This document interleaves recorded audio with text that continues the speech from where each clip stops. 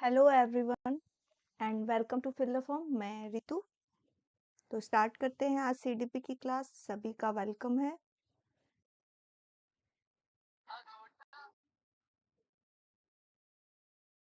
Mission C TET. Okay, good afternoon सभी को। जय श्री कृष्णा, राधे राधे।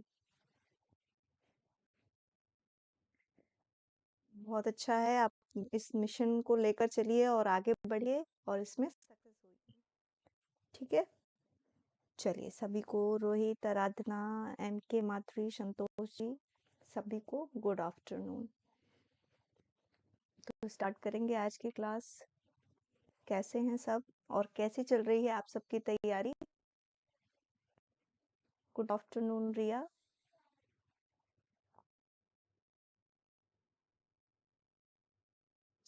एक बार आप सभी क्लियर कर दीजिएगा कि मेरी वॉइस और वीडियो सब सही।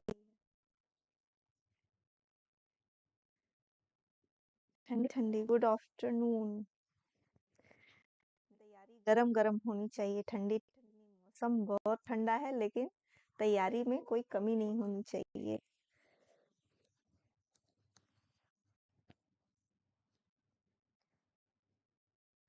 गुड आफ्टरनून सभी को। गुड आफ्टरनून प्रतीक्षा, फरा। तो सभी लोग जल्दी जल्दी कनेक्ट होते जाइए। कल हमारे क्वेश्चन पूरे हो नहीं पाए थे, तो आज मैं कोशिश करूंगी ज्यादा से ज्यादा क्वेश्चन आपके हो जाएं।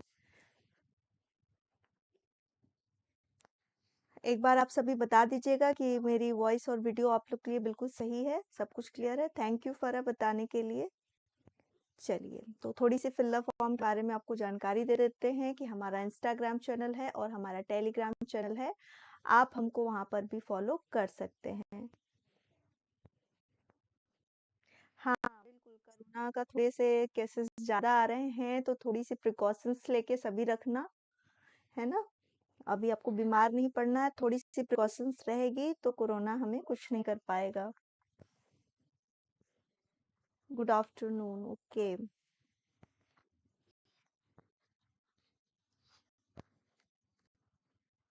चलिए फिर आगे बढ़ते हैं। तो जो ये सीडीपी का सेक्शन है, आपके पेपर फर्स्ट और सेकंड दोनों के लिए है। और हमारी ऑनलाइन क्विज 5 बजे से जो शाम को स्टार्ट हो रही है एवरीडे, वहाँ पे भी सभी ज्वाइन हुई, सभी वहाँ पर क्वेश्चन को सॉल्व करिए। आपकी ये प्रैक्टिस के लिए बहुत ज़्यादा जरूरी है ना। और ये व्हाट्सएप ग्रुप के थ्रू आपको फुल कोर्स दिया जा रहा है सीटेट का 199 में, जहाँ पे आपको फुल क्लास है, 5000 एमसीक्यू है, 20+ पीवाईक्यू है और प्लस मॉक टेस्ट है। तो जो बच्चे इसमें ज्वाइन होना चाहते हैं, जो नंबर आपको शो हो रहा है व्हाट्सएप नंबर, वहां पे आप इसको कॉल करेंगे तो आपको पता चल जाएगा। ठीक है, तो आज का क्वेश्चन स्टार्ट करने से पहले आप सब बता दीजिए कि किसके किसके डेट अभी क्लियर हो गए हैं एग्जाम के। एक बार सभी बताइएगा क्या सभी के आ गए हैं। मेरी वॉइस फंस रही है। ओके,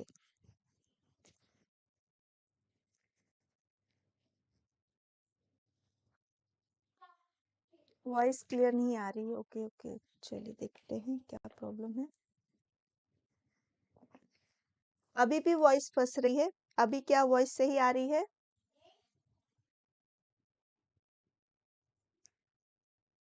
अभी वॉइस आप सबको बिल्कुल क्लियर है मेरी?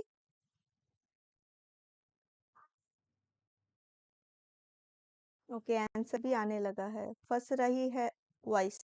बस 1 मिनट थोड़े से बच्चों, मैं अपना वाईफाई थोड़ा सा चेक करती हूँ। आप आंसर करिए, मैं थोड़ा सा उसको चेक करके आती हूँ। आप लोग आंसर करते रहिए थोड़ा सा।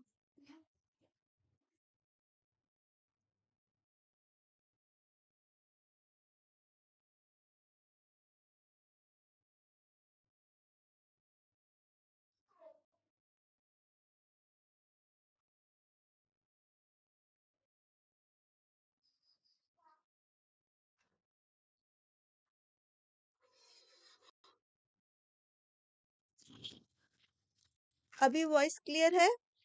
ठीक है वॉइस। चलिए, थैंक यू। आंसर आने लगा है। हाँ, इसके लिए जो आंसर आप सभी ने किया है बिल्कुल राइट किया है आंसर।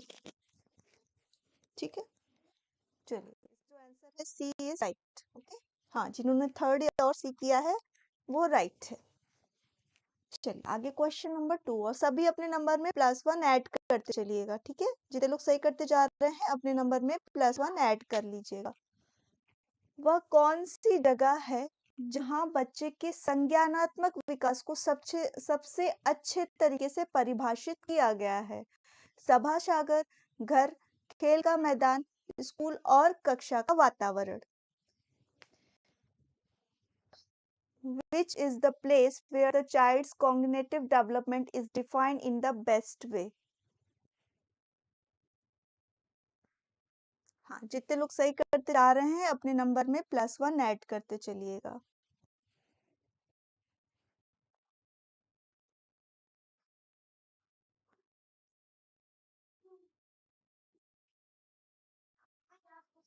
रिया का आंसर आ गया है। बाकी सब भी आंसर करते जाइए।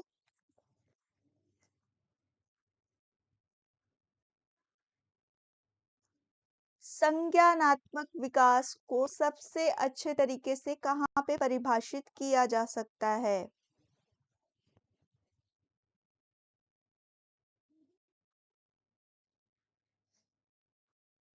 Yes, Santosh is right. जो राइट ऑप्शन होगा वो हमारा डी ऑप्शन होगा, स्कूल और कक्षा का वातावरण।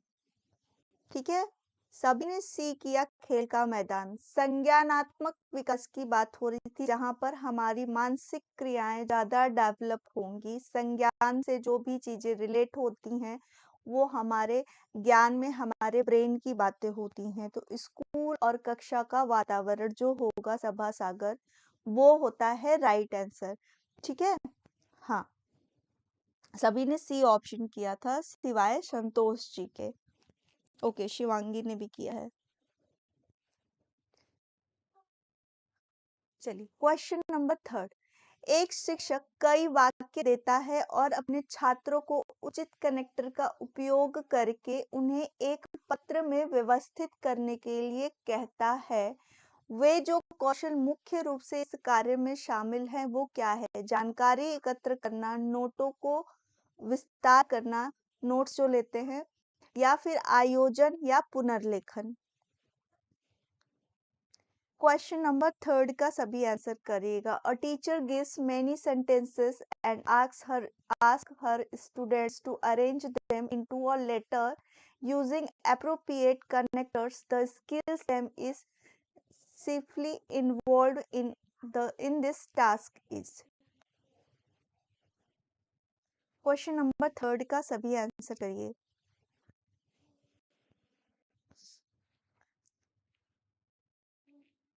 और जितने लोग सही करते जाइएगा अपने नंबर में +1 ऐड करते चलिएगा। ठीक है,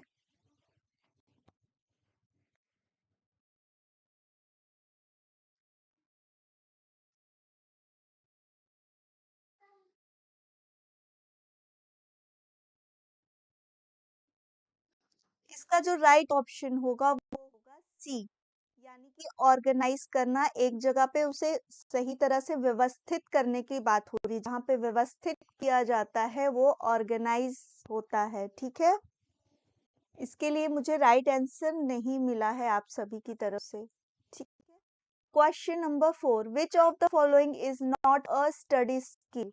निम्नलिखित में से कौन सा अध्ययन कौशल नहीं है? औपचारिक रिपोर्ट लिखना, नोट लिखना, एक शब्दकोश का उपयोग करना, एक विश्वकोश से जानकारी प्राप्त करना।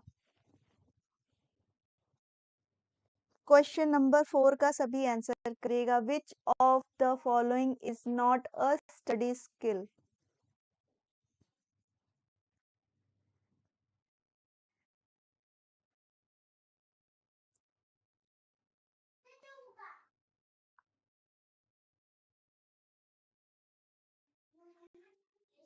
क्वेश्चन नंबर 3 समझा दीजिए। ओके, चलिए क्वेश्चन नंबर 3 एक बार से समझा देती हूँ।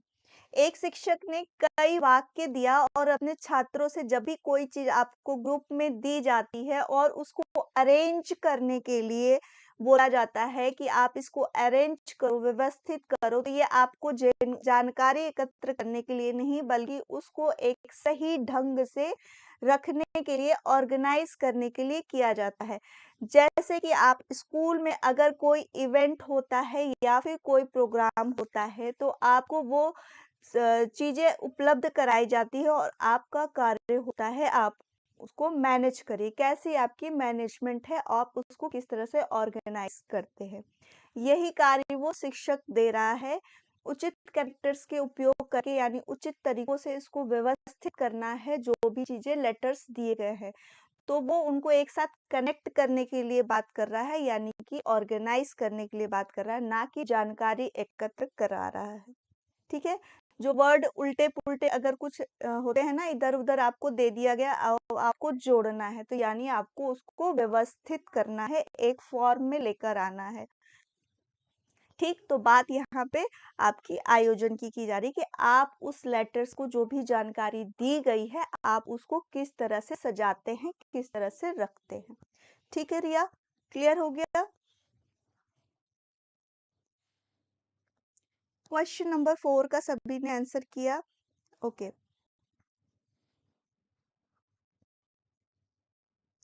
क्वेश्चन नंबर 4 का जो राइट आंसर होगा वो ए होगा। ठीक है? औपचारिक रिपोर्ट लिखना क्या होता है? ये स्टडी स्किल नहीं होता है। ठीक है? जिन्होंने ए किया है अपने नंबर में +1 ऐड कर लीजिएगा। ठीक है? अभी किसी को किसी तरह का क्वेश्चन में डाउट हो तो पूछना। सामाजिकरण के किस एजेंट का हमारे विकास पर सबसे अधिक प्रभाव पड़ता है? शिक्षा, परिवार, मास मीडिया या फिर सहकर्मी समूह? Which agent of socialization has the most impact on our development? हाँ, 4 के लिए आंसर सही आया था सभी का। ठीक है? अभी तक मैं जो देख रही हूँ 4 के लिए सभी का सही है।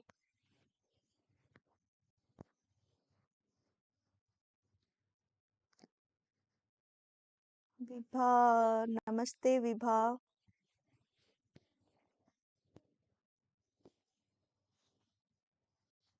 कुछ लोग सी भी कर रहे हैं। तो जो सबसे इम्पोर्टेंट हमारे लिए जो सोशलाइजेशन के में कहे तो सबसे पहले फर्स्ट जो होती है प्राइमरी हमारी फैमिली होती है और जो सोशलाइजेशन हमारा स्टार्ट होता है वो भी हमारा फैमिली होता है। ठीक है? तो B is the right answer, परिवार। ठीक है? चलिए क्वेश्चन नंबर 6 को देखते हैं। सामाजिकरण महत्वपूर्ण है क्योंकि यह सुनिश्चित करता है कि हम समाज के नियमों से बंधे हैं। यह हमें अपनी जन्मजात जैविक प्रवृत्ति को दूर करने की अनुमति देता है। यह समाज में पुरुष और महिला भूमिकाओं को सिखाने की सुविधा प्रदान करता है। यह हमारी पहचान और स्वयं को आकार देता है। ठीक है?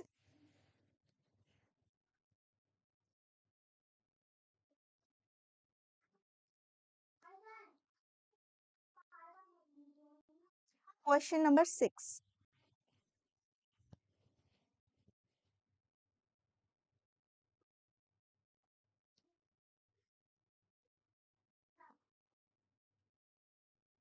तो इसका जो राइट आंसर होगा वो अंकिता ने बिल्कुल सही बोला है। ठीक है?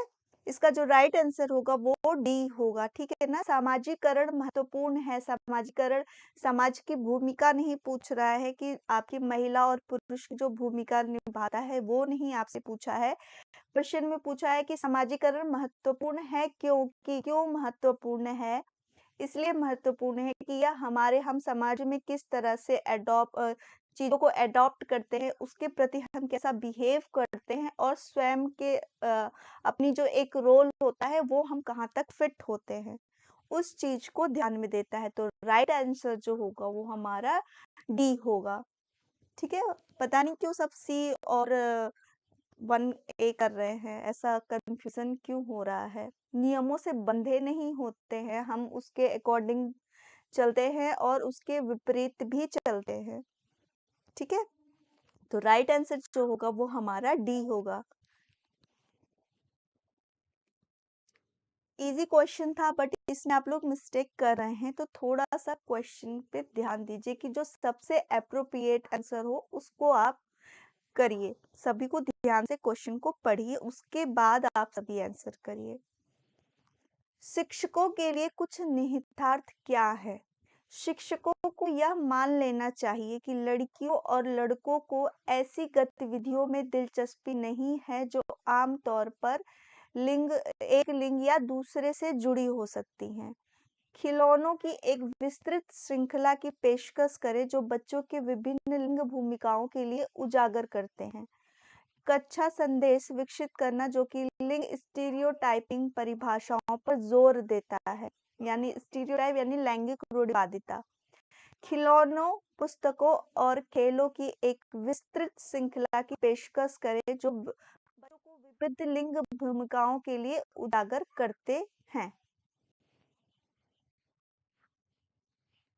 एक्चुअली बी और डी ऑप्शन दोनों सेम दे दिया है।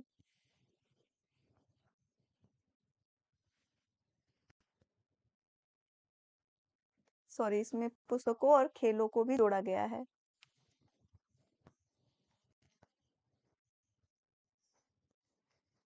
7 का रोहित ने दिया है, बाकी सब भी आंसर करते जाइए।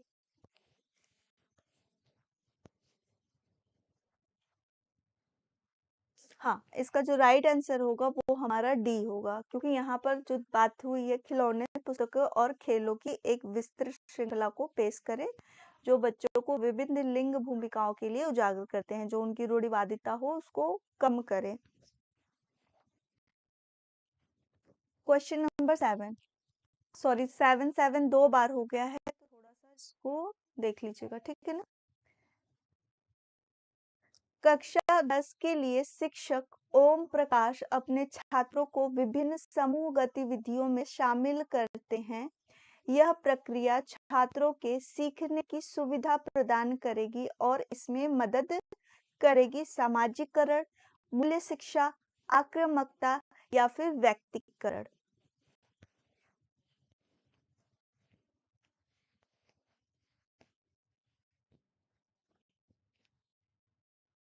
7 नंबर 2 हो गया है, ठीक है, तो उस पे आप 7 करके ही आंसर करिए।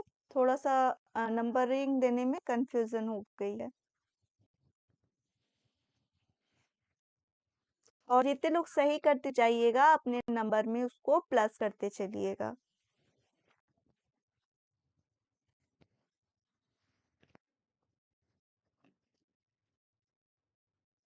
आंसर थोड़ा फास्ट करिए सभी।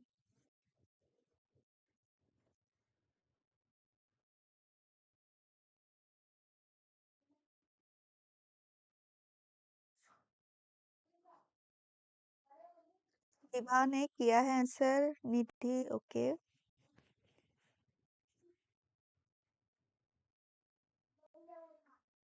जहाँ पे समूह की बात हो रही है, लोग एक साथ मिलते हैं, तो इंडिविजुअलिज्म की तो बात हो नहीं रही है। जो बात हो रही है,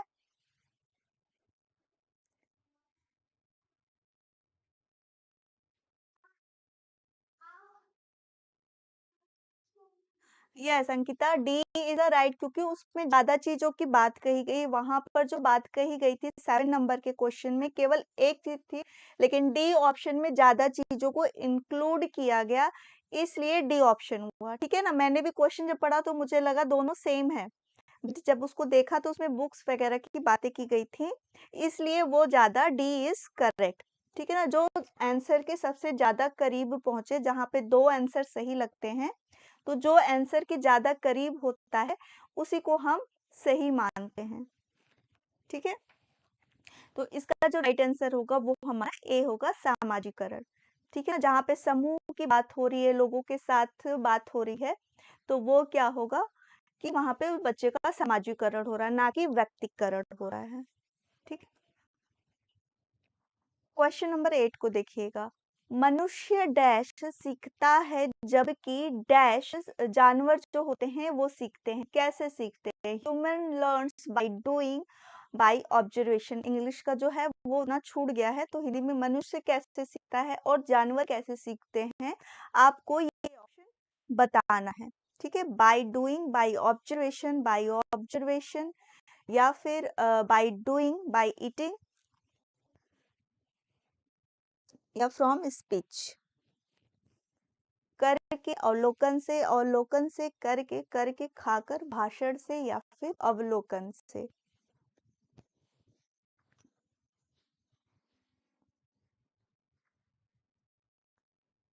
ओके, सभी का आंसर आ रहा है, बहुत अच्छा। हाँ, इसका जो राइट आंसर होगा वो हमारा ए होगा। मनुष्य करके सीखता है और जानवर देख के, यानी ऑब्जर्वेशन करके। ठीक है, हाँ बिल्कुल बिल्कुल सही आंसर इसके लिए आया है, तो सभी अपने नंबर में +1 ऐड करते चलिएगा। चलिए क्वेश्चन नंबर 9 देखते हैं, 9 या 10। ठीक है ना, एक क्वेश्चन के 2 नंबर हो गए थे। निम्नलिखित में से कौन सा शिक्षण का सबसे अच्छा तरीका है? व्याख्यान विधि, चर्चा विधि, प्रदर्शन विधि या फिर प्रश्न उत्तर विधि?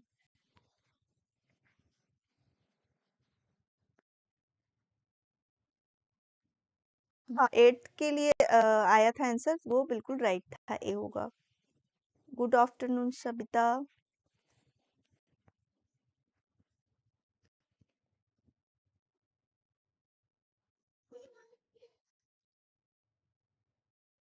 डिस्कशन मेथड होता है अगर प्रदर्शन विधि नहीं देता तो। ठीक है ना, डिस्कशन मेथड अच्छा मानते हैं कि एक दूसरे से बात करके, लेकिन प्रदर्शन यानी कि यहाँ पर हम डिस्कशन भी कर रहे हैं, साथ में दिखा भी रहे हैं, हर एक वो चीज कर रहे हैं जो प्रदर्शन में चर्चा, आपका चर्चा भी इंक्लूड हो जाता है। तो यहाँ पे जो राइट ऑप्शन बनेगा या आपका प्रदर्शन विधि होगा। ठीक है, क्लियर है? चर्चा विधि मानी जाती है अगर प्रदर्शन विधि नहीं दिया होता। ठीक है, मैंने भी इसको डिस्कशन मेथड ही किया, बट जब इसको मैंने पूरा टोटली इसको पढ़ा समझा, तो उसमें प्रदर्शन विधि को जो सही राइट आंसर माना, उसको भी मैंने पढ़ा कि प्रदर्शन विधि को क्यों राइट माना गया। तो काफी डिटेल में पढ़ने के बाद पता चला कि प्रदर्शन विधि में हर एक चीज, जो चीज हम देख के करते हैं, जो चीजें हमारे सामने प्रेजेंट होती हैं, आप सब भी जानते होंगे कि जो चीजें हम देखते हैं टीवी पे होता है वो हर चीज होती है, तो वो चीज हमारे दिमाग में ज्यादा इफेक्ट करती है, हम ज्यादा उससे सीखते हैं। ठीक है, तो राइट आंसर जो यहाँ पे होगा आपका सी होगा। क्वेश्चन नंबर 10 पे चलते हैं। एक प्रभावी कक्षा के वातावरण का सार क्या है? विभिन्न प्रकार की शिक्षण अनुदेशात्मक सुविधाएं, जीवांत छात्र शिक्षक बातचीत, पिन ड्रॉप मौन या सख्त अनुशासन? क्वेश्चन नंबर 10 का सभी आंसर करिएगा।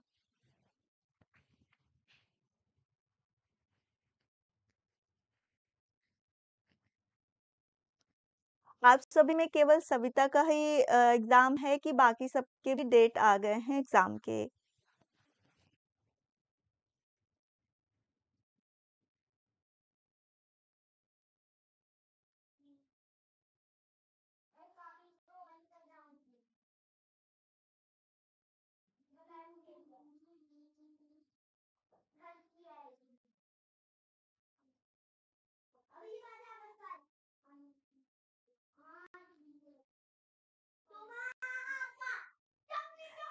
इसका जो राइट आंसर होगा वो हमारा होगा बी। ठीक है ना, जहाँ पे छात्र शिक्षक आपस में वही करे ना, डिस्कशन वाली जो बात होती है वो यहाँ पर हो रही है। तो राइट ऑप्शन जो होगा हमारा सेकंड होगा, बी होगा। ठीक है ना, तो B is the right answer.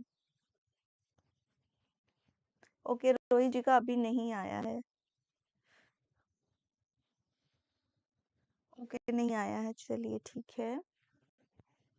तो मे बी आप लोग के भी जल्दी आ जाएंगे, क्योंकि सभी के जनवरी तक हो जाने चाहिए आई थिंक। जिसमें आप सब अगर किसी के भी डेट 28 के बाद आते हैं तो एक बार मुझे जरूर बताइएगा। चलिए सेकंड आपका चलते हैं 11 नंबर के क्वेश्चन पे। और जितने लोग सही करते जा रहे हैं अपने नंबर में +1 ऐड करते जाइएगा जितना सही है।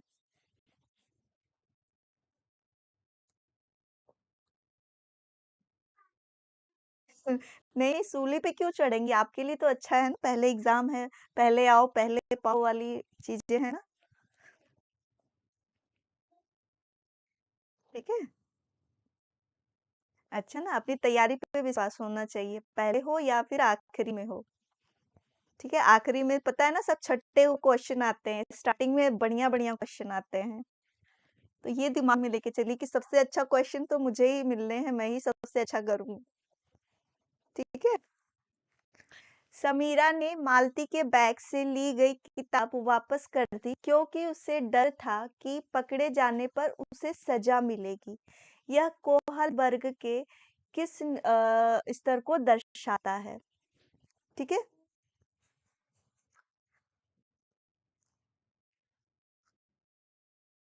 वो फरा को कोहल वर्ग क्लियर हो गए हैं।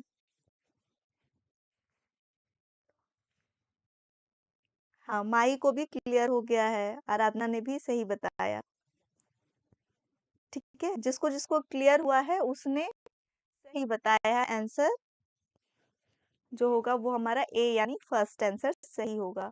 ठीक है ना, जहाँ पे दंड का उससे किसी चीज से सजा मिलने से बचने के लिए हम करते हैं वो, हाँ बिल्कुल सही फरा। अभी मुझे लग रहा है कि आपको कोहलबर्ग के तीनों लेवल्स और 6 स्टेजेस समझ में आ रहे होंगे। ठीक है, और क्वेश्चन जैसे जैसे करते जाएंगे और ज्यादा समझ में आ जाएगा।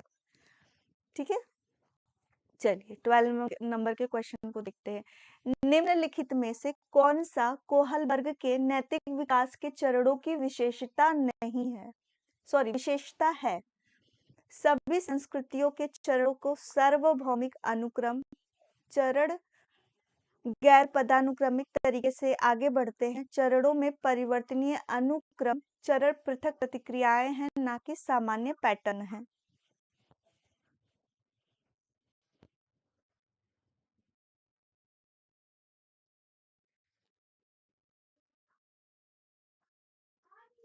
वो रॉन्ग हो गया है। ओके, थैंक यू फरा।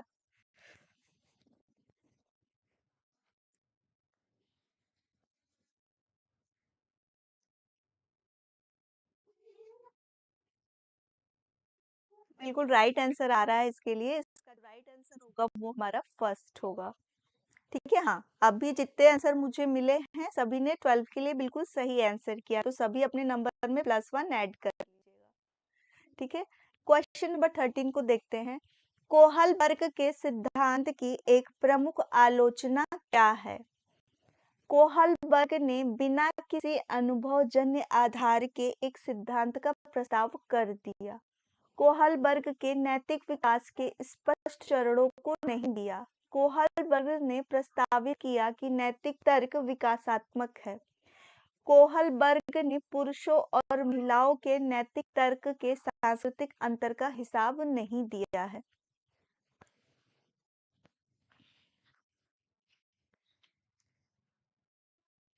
ये ये सीडीपी का है, ठीक है ना महक?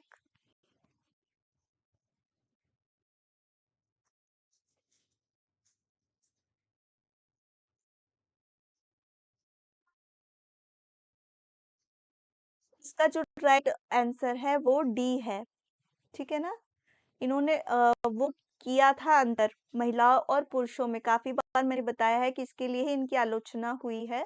इन्होंने पुरुषों को बताया कि पुरुषों का कार्य न्याय करना है, जबकि महिलाओं का कार्य क्या होता है, घर में देखभाल करना। ठीक है, इसको हमेशा याद रखिएगा, ये आपके कई बार क्वेश्चन पूछे गए थे, पिछले साल भी उससे भी पहले, तो ये कई तरीके से आता है। ठीक है, तो इन्होंने नारी के महत्वता को बहुत कम आंका था। ठीक है, थोड़े बायस इनका माना जाता है, तो इस चीज को याद रखिएगा। Question number 14। एक बच्चा तर्क देता है कि आप मेरे लिए ऐसा करते हैं और मैं आपके लिए ऐसा करता हूँ। कोहलबर्ग के नैतिक तर्क के किस चरण में यह बच्चा है, आपको बताना है।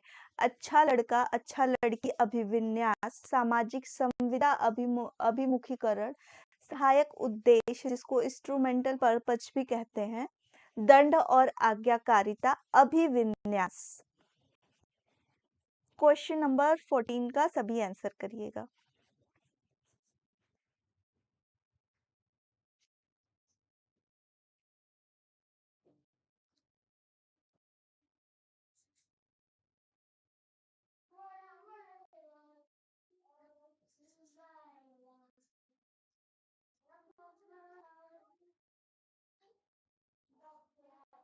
आप मेरे लिए ऐसा करो, मैं आपके लिए ऐसा करता हूँ, ये कौन से स्टेज की बात होती है? काफी बार बताया है, जहाँ पे एक्सचेंज की बात होती हो, यानी परस्पर विनिमय की बात हो रही है कि आप ऐसा करते हो तो मैं आपके लिए ऐसा करूंगा।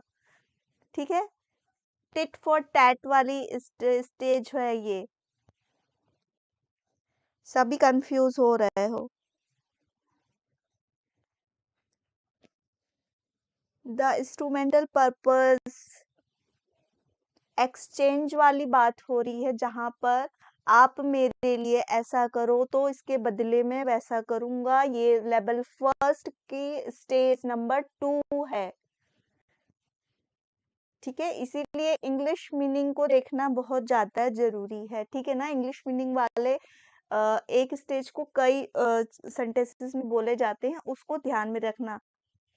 ठीक है, क्वेश्चन से ही समझ में आ रहा है कि परस्पर विनिमय वाली बात हो रही है, जहां पर हम एक दूसरे से एक्सचेंज करने की बात कर रहे हैं। ठीक है ना, टिट फॉर टैट वाली, जैसे को तैसा, बिल्कुल। तो जैसे को तैसा वाला कौन सा होता है आपका? थर्ड। नहीं, अच्छा लड़का अच्छा लड़की वाला अभिविन्यास तो है ना कि be a nice good girl, be a nice bad boy, तो भी वो आपको दूसरों के लिए अच्छा होने के लिए आपको वो चीज करना है ना,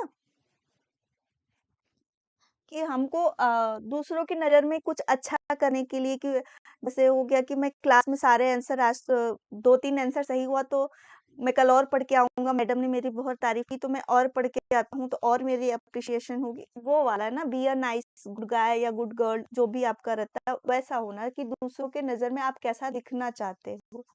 वो होता है अच्छा लड़का, अच्छा लड़की अभिविन्यास। जो आपका सोशल कंस्ट्रक्ट है, यानी समाज के जो नियम बनाए गए हैं उसको कैसे फॉलो करना है, क्या करना है, वो होता है। दंड और आज्ञाकारिता आपके लेवल फर्स्ट की फर्स्ट स्टेज है, जिसमें हम किसी सजा से बचने के लिए दूसरों की आज्ञा को मानते हैं, करते हैं। ठीक है, ये होता है। लेकिन जो सहायक उद्यास इंडिविजुअल एक्सचेंजेस भी बोलते हैं, यहाँ पे क्या होता है, आप मेरे लिए कुछ ऐसा करोगे तो मैं भी आपके लिए ऐसा करूंगा। बच्चे अक्सर ये चीज करते हैं ना, और इसके उसमें भी जाएगा, पॉजिटिव में भी जाता है, निगेटिव में। अच्छा तूने मेरी कॉपी फाड़ दी, ले मैं तेरी कॉपी फाड़ देता हूँ। ये हो गया जैसे को तैसा करना, टिट फॉर टैट वाली स्थिति। ठीक है, तो आपसे ऐसे भी पूछ सकता है। तो यहाँ पे वही बोला कि आप मेरे लिए ऐसा करोगे तो मैं आपके लिए वैसा करूंगा। ठीक है, क्लियर हो गया सभी को? चलिए, थोड़ा सा कंफ्यूजन हो रहा था इसलिए मैंने बता दिया। ठीक, गुड आफ्टरनून जारीन। क्वेश्चन नंबर 15 को देखेंगे। चलिए, सॉरी की कोई बात नहीं, कंफ्यूजन थी, मेरा काम है आपको क्लियर कर देना। ठीक है ना, अब इसके बाद किसी को कंफ्यूजन हो तो जरूर बताना। ठीक है, और एक बार स्टेजेस जो भी हैं आपके कोहलबर्ग हुए, लेव वाइगॉट्स्की, उन्होंने तो स्टेज की बात नहीं बताई थी, उनका तो अलग ही है। जीन प्याजे, इनको इंग्लिश में उनके स्टेजेस के नाम आप जरूर देख के जाना, क्योंकि हिंदी में कभी कभी कंफ्यूजन होता है, बट इंग्लिश मीनिंग आपकी क्लियर होनी चाहिए, वो आपकी वही रहेगी। और जो भी पेपर में इंग्लिश मीनिंग होती है उसी को राइट माना जाता है। चलिए, इसको हिंदी में देख लेते हैं। निम्नलिखित में से कौन सा एक सही मिलान जोड़ी है? अच्छा लड़का अच्छा लड़की अभिविन्यास एक अच्छा होने के अनुमोदन अर्जित करता है, कानून और व्यवस्था अभिविन्यास नैतिक सिद्धांतों को मानव के मूल्य के आधार पर स्वयं चुना जाता है अधिकार से। जो भी अधिकार है उसको स्वयं चुन लिया जाता है।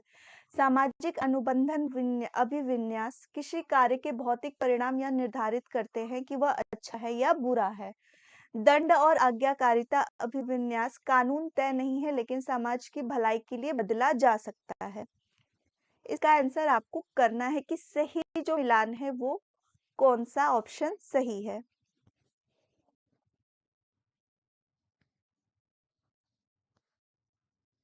चैप्टर 5 फिर से रिवीजन करवा दीजिए। चैप्टर 5 कौन सा है रिया? मुझे चैप्टर 5 नहीं यार, मैंने टॉपिक्स पढ़ाए हैं, टॉपिक बोल देंगे। आपका याद है मुझे, आपने मूल्यांकन की कल बात करी थी, वो मुझे ध्यान में है, वो भी मैं आपको क्लियर कर दूंगी।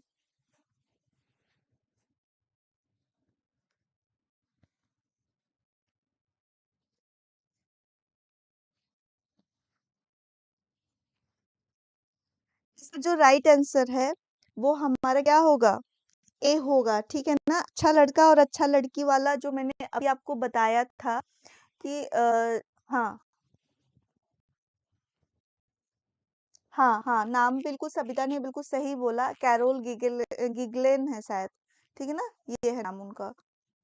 हाँ, उन्होंने इनको क्रिटिसाइज किया था और इन्होंने बताया कि इन्होंने पुरुष और महिलाओं को बहुत पुरुषों के अपेक्षा महिलाओं को बहुत कम आंका है अपनी थ्योरी में। ठीक है, इनकी जो उस पे डेवलप किया था अपनी थ्योरी को, उन्होंने बोला कि ये बायस है, लड़कों पे इन्होंने ज्यादा प्रयोग किया था इसलिए। ठीक है,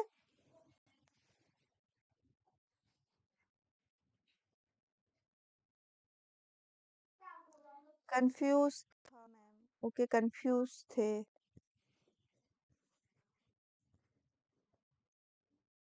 राजे कोहलबर्ग और वाइगॉट्स्की, ओके ठीक है बिल्कुल। रिया मैंने इसको 2 बार रिवीजन कराया है, ठीक है ना। अगर आपको और डिटेल में चाहिए तो आप एक बार मेरे प्लेलिस्ट में जाना, रिवीजन क्लास को देखना। मैंने काफी अच्छे से उसको पिक्चर वाइज पूरा तीनों थ्योरी को बहुत अच्छे से एक्सप्लेन किया है।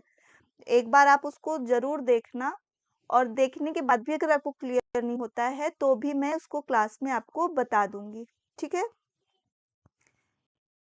हाँ हाँ, फरा ने बिल्कुल सही नाम बोला, ठीक है ना। हाँ, 15 का जो आंसर होगा वो हमारा फर्स्ट ही होगा सही, ठीक है ना। एक अच्छा लड़का होने यानी जो भी हम समाज के नजर में अच्छा होने के लिए कुछ करते हैं कि वहां से हमें जो अप्रिसिएशन मिलेगा कि आप अच्छे हो, अच्छे लड़के हो या फिर अच्छी लड़की हो। ठीक है, तो जो फर्स्ट ऑप्शन है वही हमारा बिल्कुल सही है। इसमें जो है ना अधिकार बाद में आ गया है, लेकिन जो नैतिक सिद्धांत मानव मूल्य बनाया गया है वो स्वयं से चुनने का अधिकार नहीं होता है। ठीक है, हम उसके लिए फाइट करते हैं, वो चीज अलग होती है। तो बाकी तीनों ऑप्शन जो है वो रॉन्ग है, जो फर्स्ट ऑप्शन है वही हमारा बिल्कुल सही ऑप्शन है।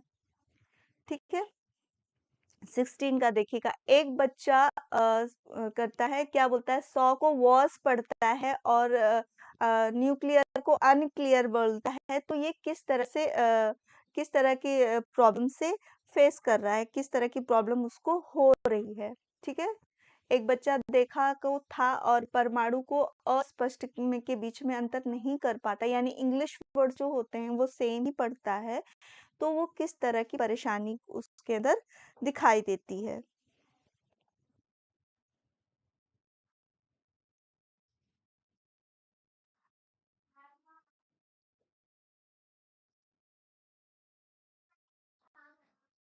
हाँ, बिल्कुल सही आंसर आ रहा है इसके लिए। इसका जो है वो डिसलेक्सिया की प्रॉब्लम होती है। ठीक है, चलिए क्वेश्चन नंबर 17 देखते हैं। प्रारंभिक बचपन में बच्चे द्वारा व्यक्त की गई सबसे आदिम भावना क्या है? अपने स्वयं के लिए उसका प्रेम, अपने खिलौनों के लिए उसका प्यार, अपने माता पिता के लिए उसका प्यार, या फिर उपयुक्त सभी। Question number 17।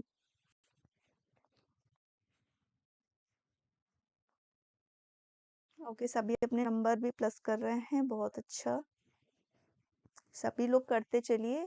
ये आपका खुद का सेल्फ असेसमेंट है कि आप कितना कर पा रहे हो। एक तरह से ये आपका पूरा प्रैक्टिस सेट ही मैं करवा रही हूँ, पीवाईक्यू करा रही हूँ। हर वो क्वेश्चन जो इम्पोर्टेंट लगता है मैं उसको आप लोग को देती हूँ कि क्वेश्चंस कितने फॉर्म्स होते हैं, कितने तरीके से एक ही क्वेश्चन को बदल-बदल के पूछा जाता है। इसका जो राइट ऑप्शन होगा वो हमारा डी होगा, डी इज राइट। ठीक है, हाँ। तो भी अपने नंबर में +1 ऐड कर लीजिएगा। उपयुक्त सभी होंगे। क्वेश्चन नंबर 18, निम्नलिखित में से कौन सा सीखने को प्रभावित करने वाले शिक्षक से संबंधित कारक है? बैठने की उचित व्यवस्था, शिक्षण अधिगम संसाधनों की उपलब्धता, सामग्री या सीखने के अनुभवों की प्रकृति या विषय वस्तु पर निपुणता।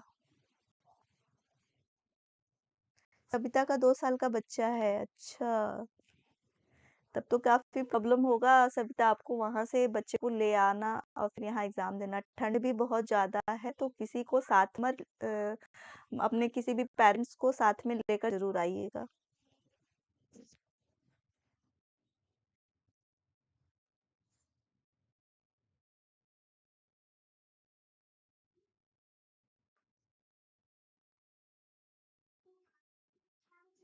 क्वेश्चन नंबर 18 का आंसर आ रहा है। तो इसका जो राइट आंसर होगा वो होगा डी, आराधना ने बिल्कुल सही आंसर किया है। ठीक है, विषय वस्तु की निपुणता। ठीक है ना, शिक्षक को कौन सी चीजें सबसे ज्यादा प्रभावित होती हैं पढ़ाने में, तो वो क्या है, mastery over the subject. Question number 19 देखते हैं कि शिक्षार्थियों का स्व विनियमन किसको संदर्भित करता है? छात्र व्यवहार के लिए विनियमन बनाना, छात्र निकाय द्वारा बनाए गए नियम और विनिमय, आत्म अनुशासन और नियंत्रण, अपने स्वयं के सीखने की निगरानी करने की उनकी क्षमता।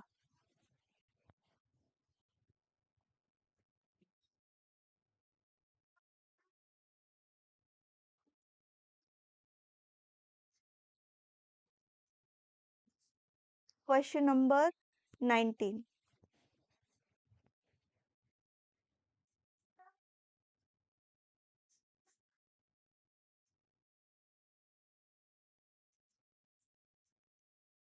हाँ, क्वेश्चन नंबर 19 का जो राइट आंसर होगा वो हमारा डी होगा। ठीक है, हाँ।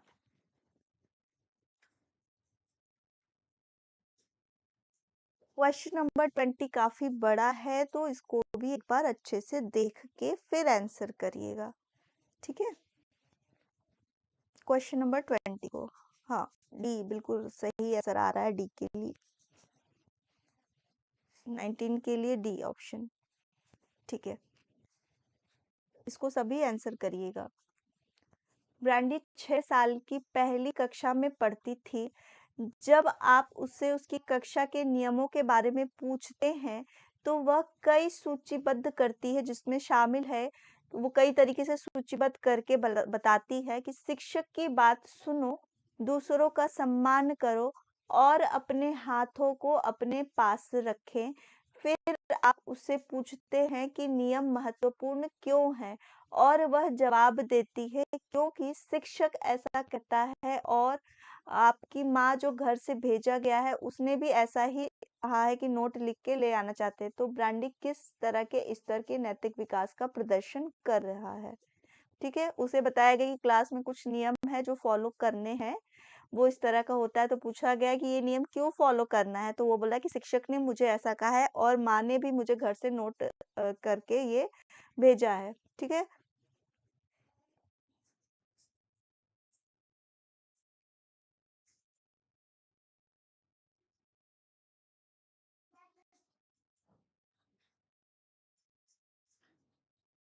तो यहाँ पर वो किसी के डर से किसी दूसरे के औबे को फॉलो कर रही है कि ऐसा बोला गया है, अगर आप ऐसा नहीं करते हो तो आपको क्या मिलेगा, आपको ये नियम आप फॉलो नहीं करोगे तो आपको सजा मिलेगी। ठीक है,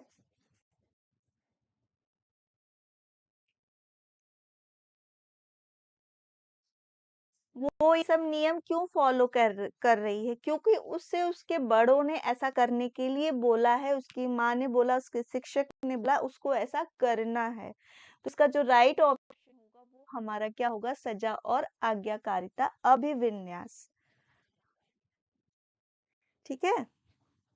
कंफ्यूजन हो रहा है सबको, इसीलिए मैंने इतने सारे कोहलबर्ग से ही सारे लिए कि ये क्वेश्चन ऐसे घुमा फिरा के पूछे जाते हैं।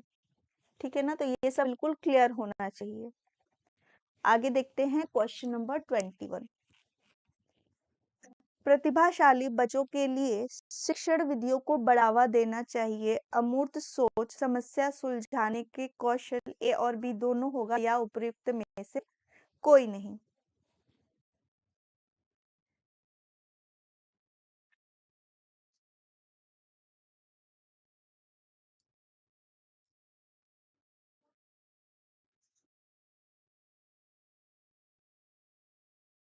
21 निधि का आंसर आ गया है। हाँ, इसका जो आंसर होगा वो हमारा सी राइट होगा। ठीक है? हाँ, बिल्कुल, बिल्कुल सी राइट होगा। आगे देखते हैं क्वेश्चन नंबर 22। समावेशी शिक्षा का उद्देश्य क्या है? सीखने की बाधाओं को उजागर करना और कम करना, दृष्टिकोण, व्यवहार, शिक्षण विधियों, पाठ्यचर्या और वातावरण को बदलने के लिए, समाज के विभिन्न समुदायों की स्थानीय संस्कृति और सामग्री को लगातार बढ़ावा देना, या फिर ये सभी।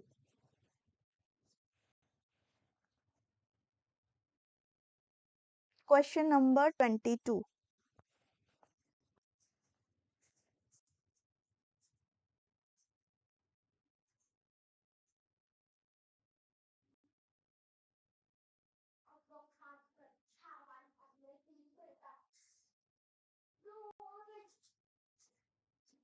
इसका जो राइट ऑप्शन होगा वो हमारा सेकंड होगा।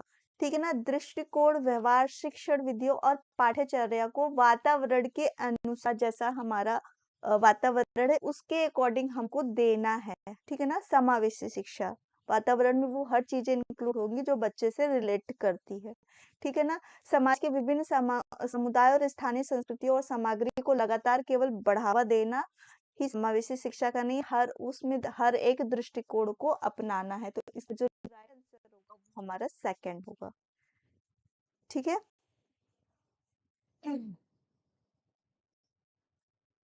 23 पे चलते हैं।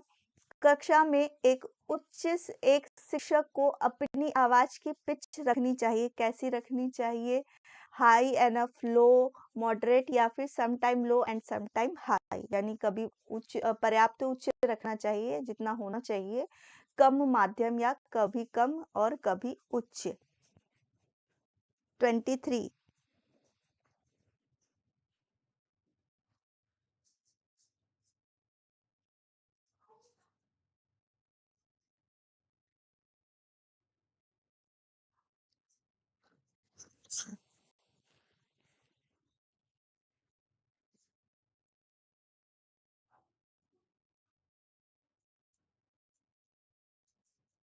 नहीं, जो आवाज के वॉल्यूम है, पर्याप्त, पर्याप्त जहाँ आ गया कि मतलब आपको ऐसा रखना है कि बच्चों को साफ-साफ सुनाई दे। जैसे अभी मैं ये काम कर रही हूँ, मैं अपनी आवाज़ को बहुत लाउड रख रही हूँ ताकि आप तक सभी चीज़ें क्लियर हो जाए। आप सब बोलते हैं ना बहुत आवाज़ धीरे आ रही है, फँस के आ रही है, ऐसे आ रही है। तो आवाज़ की जो वो चीज़ है ना, स्पीड होनी चाहिए, वो तेज़ हो ताकि सभी तक सुनाई दे वो चीज़ें। तो सभी आप कह रहे हैं कभी कम, कभी उच्च। तो जहाँ पे एनफ हो गया कि हाई एनफ होना चाहिए, ठीक है ना? काफ़ी ऊँचा होना चाहिए। जब भी हम आप लोगों ने टीचिंग किया होगा, तो टीचिंग में देखा होगा कि आपको आवाज़ जो है वो लाउड रखने के लिए बोलते हैं, ताकि जो बच्चे पीछे बैठे हों, उन्हें भी वो आवाज़ पूरी आपको सुनाई दे। ठीक है ना? तो राइट ऑप्शन जो होगा वो हमारा ए होगा। जब भी आपको एग्ज़ामिनर जब भी आप लोग बीएड, डीएलएड जो जो आप लोगों ने किया होगा टीचिंग के टाइम में, वो पीछे चेक करने के लिए आते हैं ना कि आप क्लास में कैसा पढ़ा रहे हो। तो वॉइस के लिए भी आपको कमेंट लिखा जाता है। जिन्होंने किया होगा टीचिंग में जानते होंगे कि आपके वॉइस के लिए भी आपको वहाँ पे कमेंट मिलता है कि आपको वॉइस कैसी रखनी है। तो वॉइस को हमेशा उच्च रखना है, ठीक है।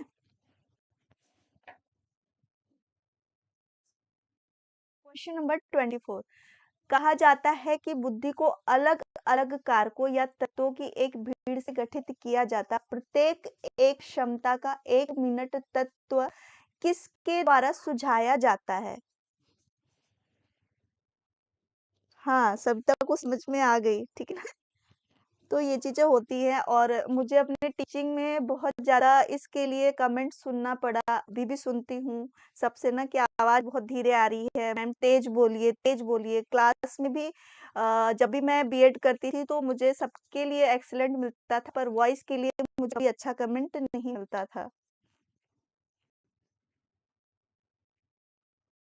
हाँ, सबने किया है, वो इसीलिए तो मैं बोला सभी ने किया होगा और सभी को ये कमेंट आप लोगों ने पढ़ा होगा जो फाइल आप बनाते हैं पीछे में, ठीक है। बीएड, बीटीसी सबका अलग-अलग वो रहता है, डीएलएड किया है बहुत लोगों ने तो सबका अलग-अलग, बहुत लोग अपीयरिंग में होंगे इसलिए मैंने बोला।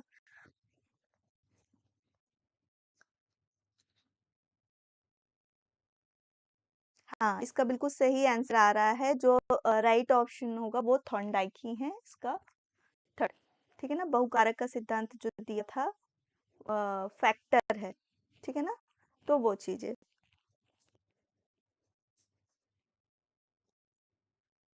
25, प्याजे के अनुसार बच्चों की सोच डैश की तुलना में वयस्कों को से डैश में अधिक भिन्न होती है, किस में? अमाउंट में, काइंड में, साइज में या फिर करेक्टनेस में है, काइंड में, अमाउंट में या साइज और टाइप में?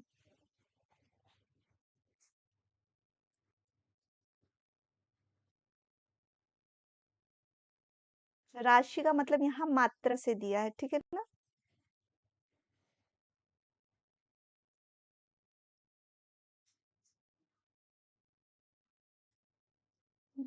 डीएलएड बोल रहे हैं शायद रोहित, डिलीट लिखा है डीएलएड।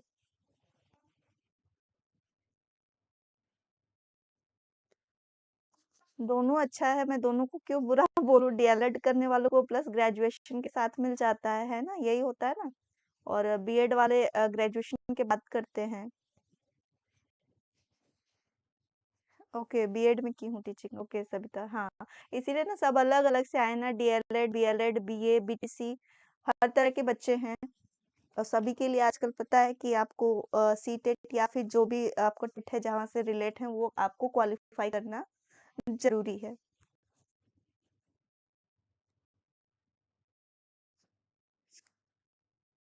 राशि का यहाँ अर्थ मात्रा से है, ठीक है ना, अमाउंट को राशि का मात्रा से है।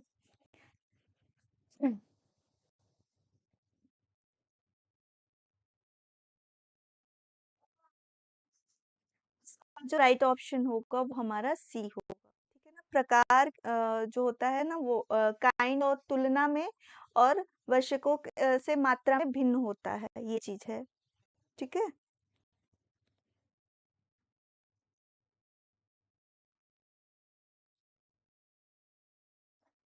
काइंड और अमाउंट होगा यहाँ पर।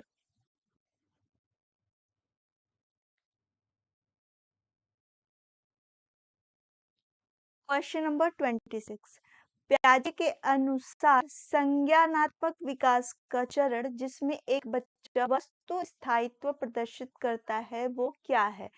सेंसरी मोटर स्टेज यानी संवेदीय कामक अवस्था, पूर्व प्रचलात्मक चरण, मूर्त प्रश्नात्मक चरण, औपचारिक संक्रियात्मक अवस्था भी रहता है, ठीक है। इसको संक्रियात्मक भी बोलते हैं। ऑपरेशनल स्टेज जो दिया है आपका, sensory motor stage, pre operational stage, concrete operational stage या फिर फॉर्मल ऑपरेशनल स्टेज।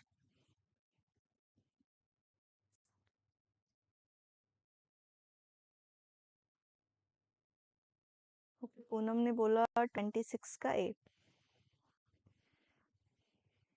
बिल्कुल, ऑब्जेक्ट परमानेंस की जब भी बात आए, ऑब्जेक्ट परमानेंस का जो होता है जो हम और उसमें होता है कि अपने सेंसेस के माध्यम से बच्चा कुछ अपने एनवायरनमेंट को सीख रहा है, जान रहा है, तो वो हमेशा आपके सेंसरी मोटर स्टेज की बात होती है, यानी कि स्टेज फर्स्ट की जीन पियाजे के अकॉर्डिंग बात हो रही है, ठीक है।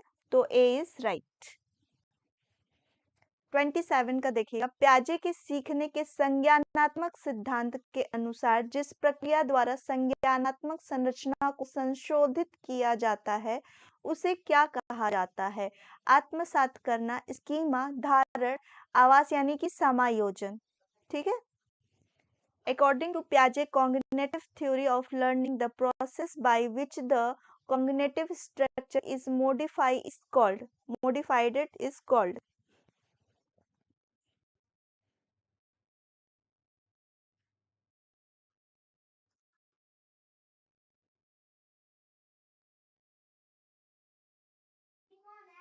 शाहीन, गलती क्यों हो रही है?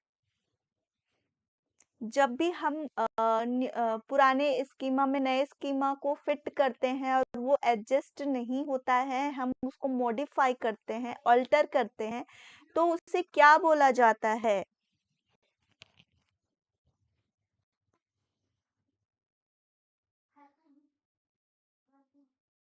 आंसर सही नहीं आ रहा है, क्यों? क्यों? क्यों स्कीमा बोलेंगे?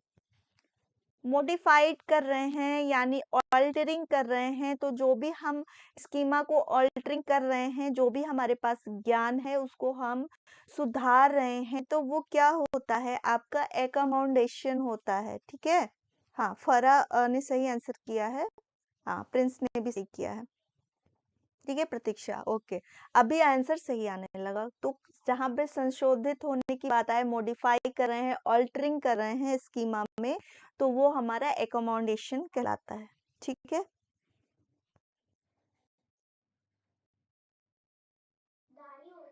इसका जो राइट आंसर होगा वो हमारा 4 होगा, एकोमोडेशन। एसिमिलेशन, आत्मसात करना, यानी कि एक एक स्कीमा हमारे पास है, उसमें दूसरे ज्ञान को रख रहे हैं। ठीक है ना, वो हमारा एसिमिलेशन होता है। स्कीमा यानी अपने वर्ड के बारे में जानना, जो नए नए थॉट आते हैं वो हमारी स्कीमा होती है। अपने वर्ड के बारे में नॉलेज लेना, जो ज्ञान हमें प्राप्त होता है। ठीक है। और एग्जिस्टिंग स्कीमा में न्यू स्कीमा को एडॉप्ट करना क्या होता है? एसिमिलेशन होता है। और इन दोनों के बीच में जब स्कीमा फिट नहीं होती है तो उसे हम एकोमोडेशन कहते हैं। और इन दोनों के बीच में संतुलन बैठाने को क्या बोलते हैं? इक्विलिब्रेशन। ठीक है, संतुलन। क्लियर है अभी सभी को?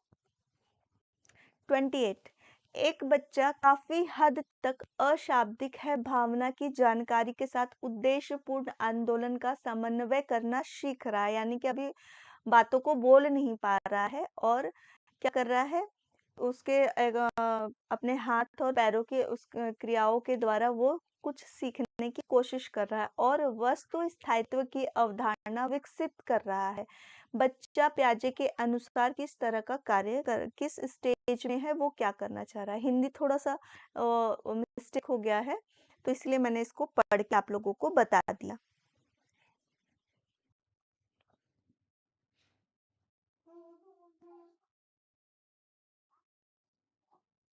दिया है ना, पर्पसफुल मूवमेंट कर रहा है, यानी अपने हाथ पैरों से हिला रहा है, उससे जान रहा है, अपने वर्ड को समझने की कोशिश कर रहा है, इन्वायरमेंट को।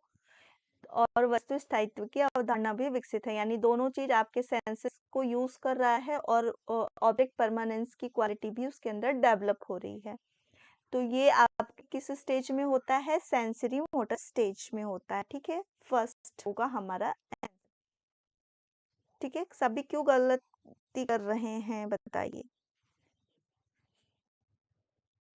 ऑब्जेक्ट परमानेंस जब भी आए, ऑब्जेक्ट परमानेंस आपके सेंसरी मोटर स्टेज की विशेषता है। ठीक है, तो ए ही हमारा सही होगा। ठीक है ना, मूवमेंट कर रहा है, अशाब्दिक है, यानी वर्डों को अभी बोलना ठीक से नहीं सीखा है। ठीक है, जो सेंसरी मोटर स्टेज होती है वो किस ईयर से किस ईयर में होती है? आपके 0 to 2 ईयर होती है।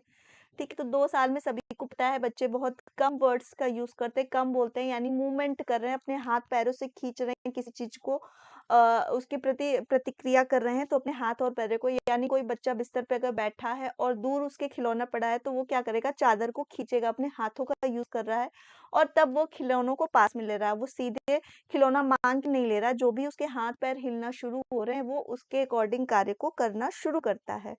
ठीक है, ऑब्जेक्ट परमानेंस यानी जो वस्तु उसको दिखाई दे रही है, स्टार्टिंग में 6 मंथ क्या होते हैं, जो वस्तु उसके सामने दिखाई देता है वो उसके अस्तित्व को समझते हैं, लेकिन जो वस्तु उनके सामने नहीं है वो उनके माइंड में भी नहीं होता है। लेकिन आफ्टर 6 मंथ वो समझने लगते हैं कि नहीं, जो वस्तु दिखाई नहीं देती वो भी होती है, बट हमारे आंखों से दूर होती है। इसी को कहते हैं ऑब्जेक्ट परमानेंस, वस्तु स्थायित्व का गुण। वो बच्चे में 6 महीने के बाद डेवलप होने लगता है और 1 साल के अंदर वो जान जाते हैं कि हाँ, जो वस्तुएं हमें दिखाई नहीं दे रही है लेकिन उसका अस्तित्व है, वो चीजें एग्जिस्ट करती हैं हमारे वर्ल्ड में, और वो फिर उसको ढूंढने की कोशिश करता है। ठीक है, तो इसका जो राइट आंसर होगा वो हमारा फर्स्ट होगा। ठीक है, इसमें बहुत लोगों ने गलती करी है। 29 देखते हैं। प्याजे के अनुसार अनुकूलन आत्मसात और डैश के माध्यम से पर्यावरण के जवाब में योजनाओं को समायोजित करने की प्रक्रिया क्या है? According to Piaget, adoption is this process of adjusting a schema in response to the environment by means of assimilation and। आज अच्छा स्कोर नहीं है मेरा, कोई बात नहीं प्रिंस, चलता है। पेपर के सेट अलग अलग आते हैं, हर तरह के क्वेश्चन, इसीलिए मैंने वहां से क्वेश्चन लिए हैं जो क्वेश्चन उलझाते हैं आपको आंसर में। ठीक है ना, इसीलिए ऐसे क्वेश्चंस को मैंने लिए कि क्वेश्चन पूछने का तरीका भले अलग हो पर आंसर से आपको नहीं हटना है। ठीक है, इसका जो राइट आंसर होगा वो हमारा एकोमोडेशन ही होगा। स्कीमा की भी बात हो रही है, एडॉप्शन की भी बात हो रही है, एसिमिलेशन की भी बात हो रही है, तो जो बात नहीं हो रही है वो हो रही है एकोमोडेशन। ठीक है, थर्ड लास्ट क्वेश्चन देखते हैं। वे शिक्षक छात्रों के बीच लोकप्रिय हैं जो उनके साथ घनिष्ठता विकसित करते हैं, उनकी समस्याओं को हल करने में उनकी मदद करें, इस पर ग्रेड प्रदान करें, अतिरिक्त शिक्षण शुल्क के लिए कक्षाओं में लाएं। ठीक है, अगर मैं आप लोगों के को अच्छी लगती हूँ तो आप लोग मेरे लिए लाइक भी कर सकते हैं और शेयर भी कर सकते हैं। ठीक है ना?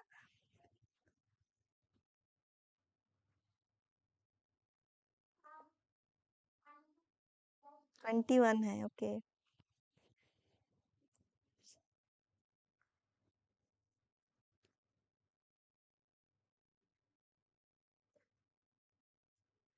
हाँ, बिल्कुल, बिल्कुल राइट आंसर आ रहा है इसके लिए। हाँ, इसका जो आंसर होगा वो बी होगा। ठीक है, घनिष्ठता विकसित करने से ज़्यादा है कि मैं आप लोग से फ्रेंडली रहूँ, सिर्फ फ्रेंड बन के रहूँ तो वो काम नहीं चलेगा जब तक हम आपके प्रॉब्लम को सॉल्व नहीं करें। ठीक है ना? तो टीचर को ऐसा होना चाहिए कि बच्चा जहाँ फँस रहा हो वहाँ पे उसका सपोर्ट रखना चाहिए, सुविधाकर्ता के रूप में। एक क्वेश्चन भी पूछा गया है कि टीचर को किस रूप में होना चाहिए। ठीक है? तो आज के 30 क्वेश्चन हो गए हैं। क्वेश्चन तो मैं बहुत लेकर आती हूँ पूनम, ठीक है ना? 50 क्वेश्चन भी कराए हैं, सभी जानते हैं, और इतने लंबे-लंबे क्वेश्चंस होते हैं यहाँ के, ठीक है ना? कि इसको पढ़ने में ही 1 घंटे चले जाते हैं। आज भी मैंने 31 क्वेश्चन कराए, भले नंबर 30 है लेकिन मैंने 31 कराए हैं क्वेश्चन। एक क्वेश्चन के 2 हो चुके थे। ठीक है, तो आज का पूरा हो चुका है 30। कोशिश यही रहेगी कि और ज़्यादा क्वेश्चन कराएं।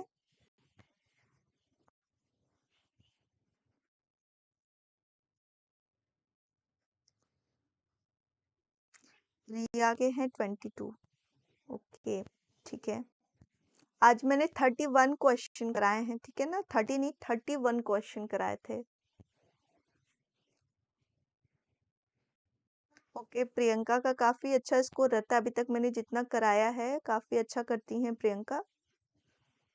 ठीक है, हाँ, रिया 21, प्रिंस हैं, ठीक है। आज का लेवल हार्ड था। हाँ, तो मैंने आज क्वेश्चन ही कुछ छाट छाट के आप लोगों के लिए लाए थे, ठीक है ना? जहां जहां से इम्पोर्टेंट मुझे लगे थे ना, मैंने वो सारे तरीके से क्वेश्चन कराया कि आपको किसी तरह की कंफ्यूजन ना हो क्वेश्चन में। ठीक है, चलिए, थैंक यू फॉर ठीक है, लेकिन मालूम रखिएगा रोहित जी, क्योंकि आपको पता होना चाहिए कि आप कितना कर रहे हो स्कोर। आपका जो सेट होगा ना वो 30 नंबर का ही आएगा, सभी को पता है। तो ये आपको एक वो बताता है ना कि आपकी प्रिपरेशन किस लेवल तक है, कितना अच्छा चल रहा है। ठीक है? तो सभी को ऑल द बेस्ट।